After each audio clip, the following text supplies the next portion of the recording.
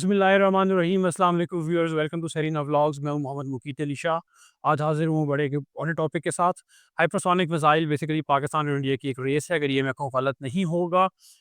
India जिस तरीके से ब्रैग कर रहा है अपने नए हाइपरसोनिक मिसाइल को लेके, जो basically anti ship hypersonic missile है, इसके बारे में कहा जा रहा है कि इसको डीआरडीओ ने, जो कि इंडिया की एक बहुत रिनाउंड डिफेंस इंडस्ट्री है, उसने इसको बेसिकली डिज़ाइन किया है और बनाया है।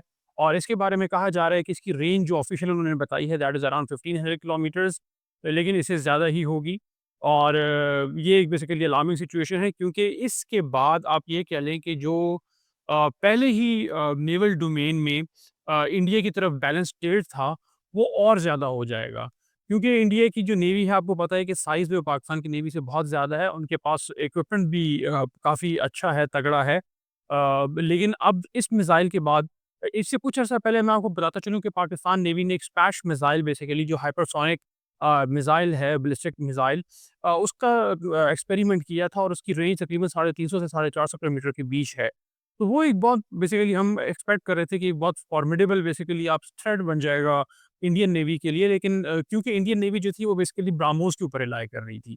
अब ये जो नया हाइपरसोनिक मिसाइल जो इंडिया बेसिकली लेकर आया है अपनी नेवी के लिए, ये एक तरीके से आप कह सकते हैं कि गेम चेंजर है।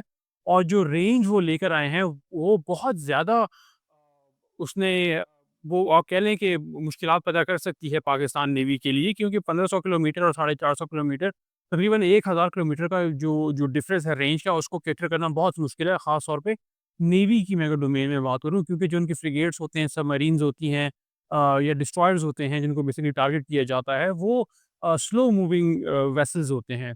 तो वहाँ पे हाइपरसोनिक को बेसिकली डॉज करना बहुत मुश्किल है, और इस किस्म के मिसाइल को रडार से पेंट करना, पिक करना और उसके बाद फिर उसको उसके ऊपर लॉन्च होके उसको हिट करना, ये बड़ा मुश्किल काम होता है एक एयर डिफेंस नेवी के एयर डिफेंस सिस्टम के लिए। तो अब इसके लिए डेफ़िनेटली पाकिस्तान नेवी को भी कुछ ना कुछ करना पड़ेगा, और कम से कम पाकिस्तान नेवी को चाहिए कि 750 से 1000 किलोमीटर का कोई हाइपरसोनिक मिसाइल लेकर आएँ इंडियन नेवी के मुकाबले में, तो फिर जाके जो ये इक्वेशन बिल्कुल आउट हो गई है, वो कुछ हद तक आप ये कह लें कि वो वापस इंटैक्ट हो जाएगी। तो मैं उम्मीद करता हूँ कि आज के व्लॉग को आपने लाइक किया होगा, फिर किसी और दिन किसी और टॉपिक के साथ हाज़िर होंगे। Thank you so much. अल्लाह हाफ़िज़।